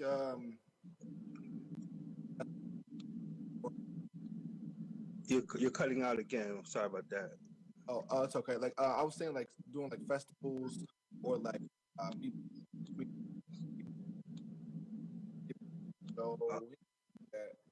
yeah, well, I just was looking at a festival lineup now. Yeah, I'm gonna hold off on those kind of things for Yeah. now.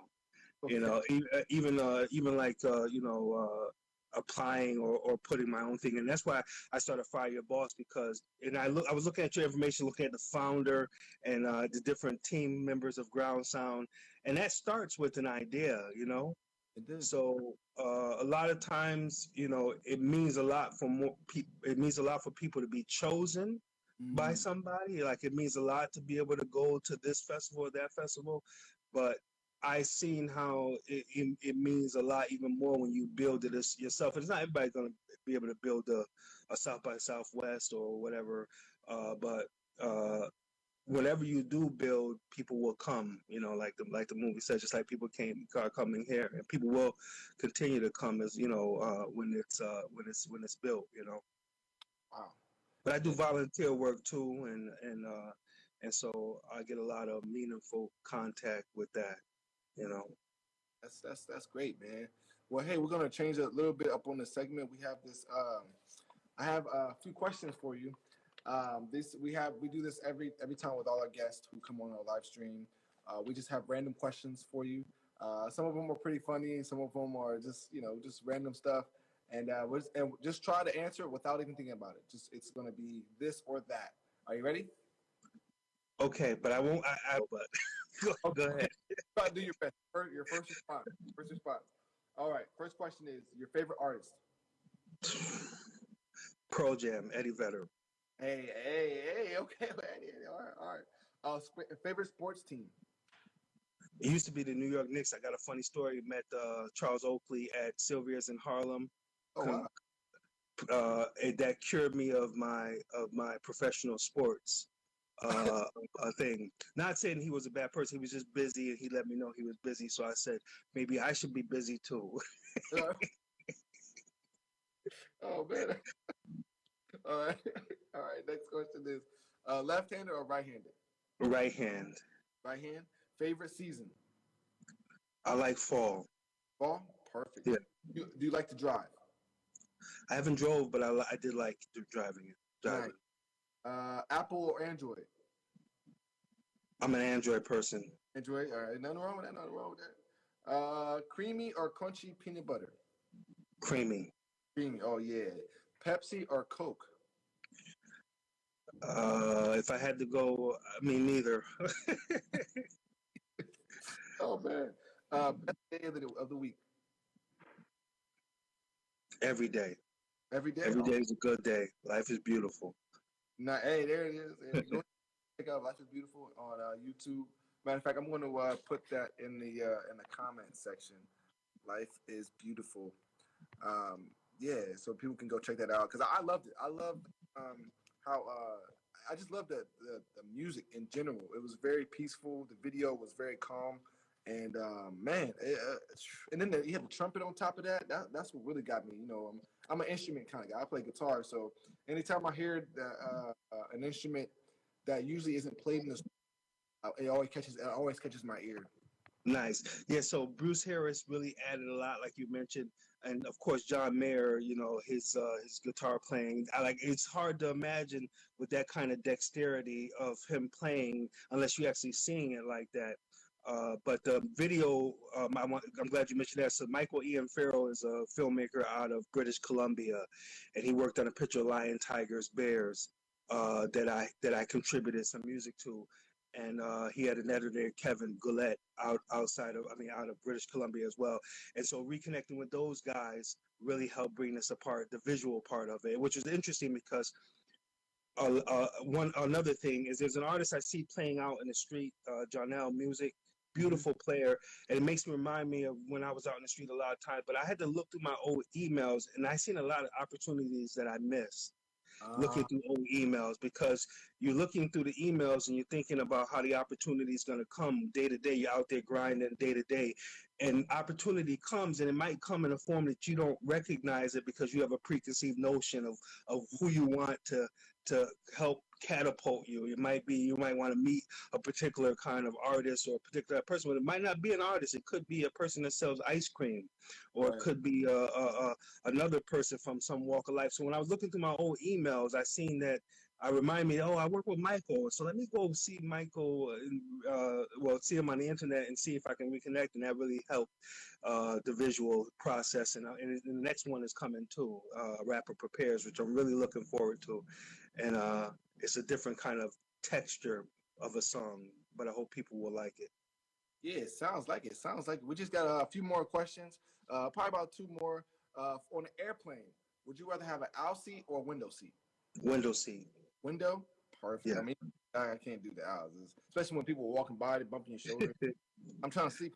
And the last one is your favorite ice cream. Pistachio. Pistachio? Ooh, I haven't had pistachio. Actually sounds good. John, I think we should get some pistachio ice cream. Not a pistachio. He uses a Casio. That's Chuck Rock. Yeah, my favorite ice cream, and pistachio is actually pretty good. I haven't had pistachio in a long time, but mine's definitely chocolate, man. But yeah, are there any like random questions that you want to add to our random question list? Yes. Thank you. And very nice question. I really appreciate that. Yeah, we know how people say Biggie or Tupac. Mm-hmm. Ask them, who do they think they would have gotten along better with? Do you have a pen? I don't have a pen. Who actually make it? Who do they think they would have been better friends? That doesn't mean that they can't be friends with both of them.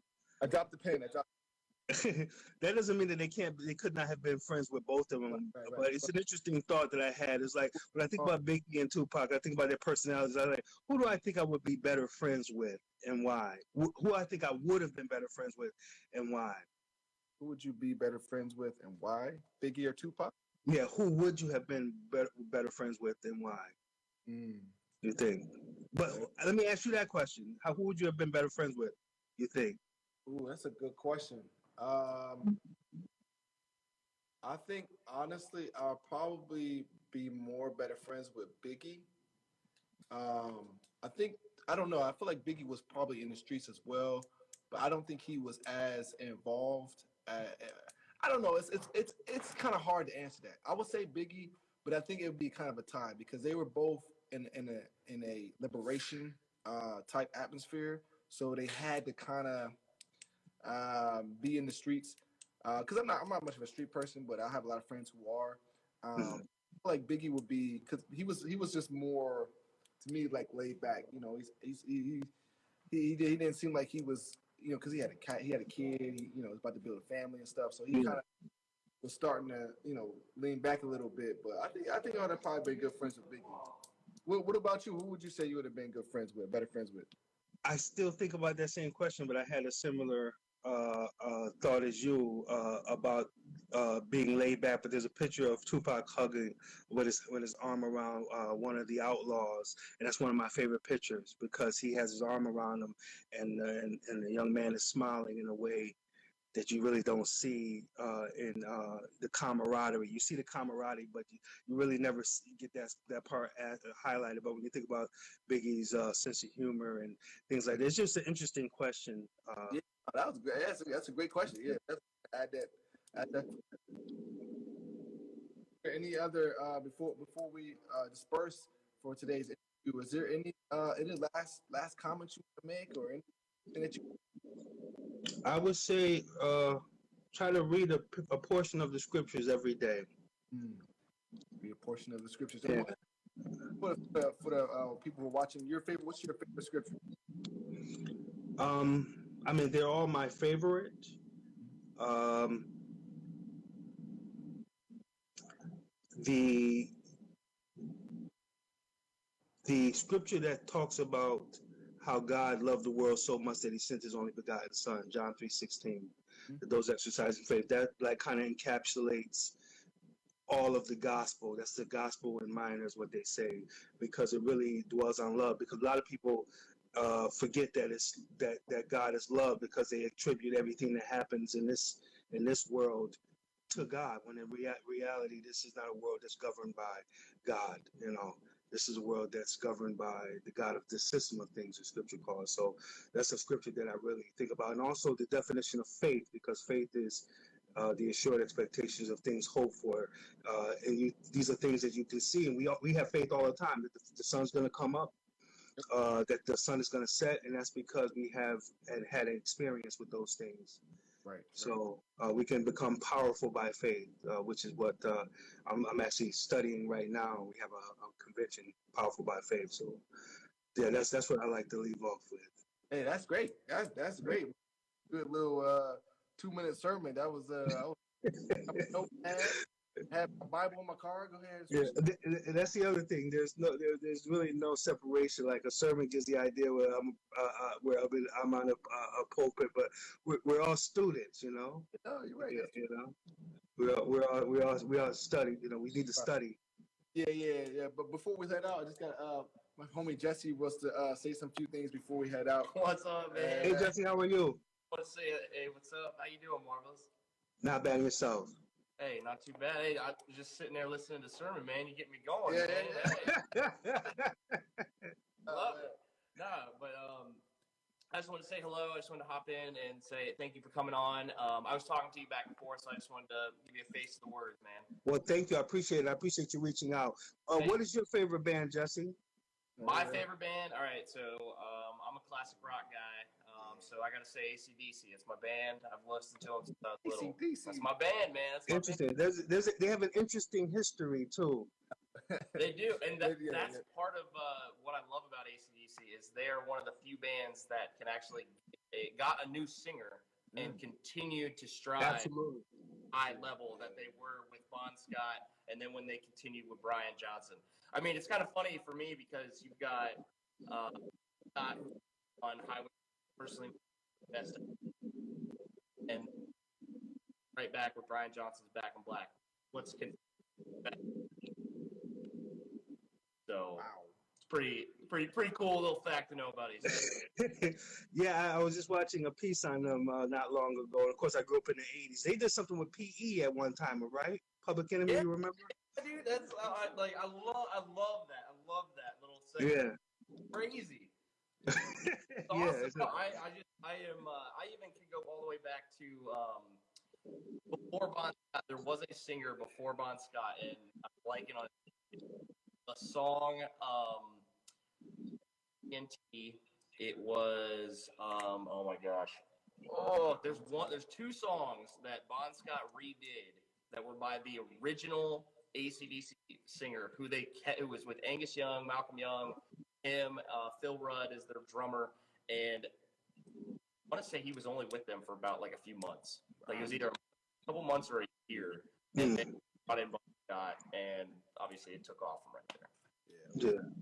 Well, thank you. Nice meeting you, and thanks for having me. Exactly. I can talk about that. Hey, and can I send you the new stuff that I'm on when it comes? Hey, send it up. We'll out. Come on, man, let us know. Yeah. Okay, and do you put these interviews in print as well? So I mean, do you? We put them in an article on our site at groundsounds.com. I can do a DM of the link when it's done. Please do. I'd like to publish that tomorrow. So I'm hoping tomorrow it'll be out, ready to go. So it'll be a couple paragraphs about you, the Life is Beautiful song that we featured, and then this interview, and that'll be it, man. All right, thank you. Have a good one, fellas. You too. Yeah. Take care. Thank you, team at the Groundsounds. One more thing before we head out. I just need you to say these last words. Just let the people know that they're listening to Groundsounds, who you are. Say your name and then say that you're listening. You're watching Ground Sounds, and then we could end it from there.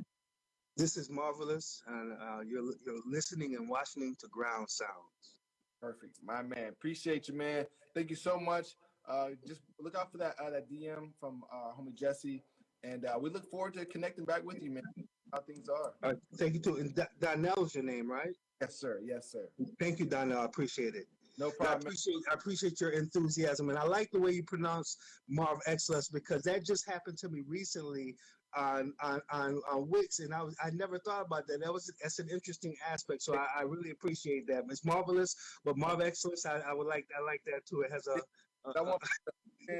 sometimes we see people's names; it might be spelled differently. Yeah, yeah, that's just yeah. So I appreciate that. I didn't mind that at all because I thought it was an interesting take on it. Oh yeah, man. Well, yeah, man. Enjoy the rest of the day, man. Yeah, like I said. You as well and beyond. All right, man. All right, take care. Thank you for having me.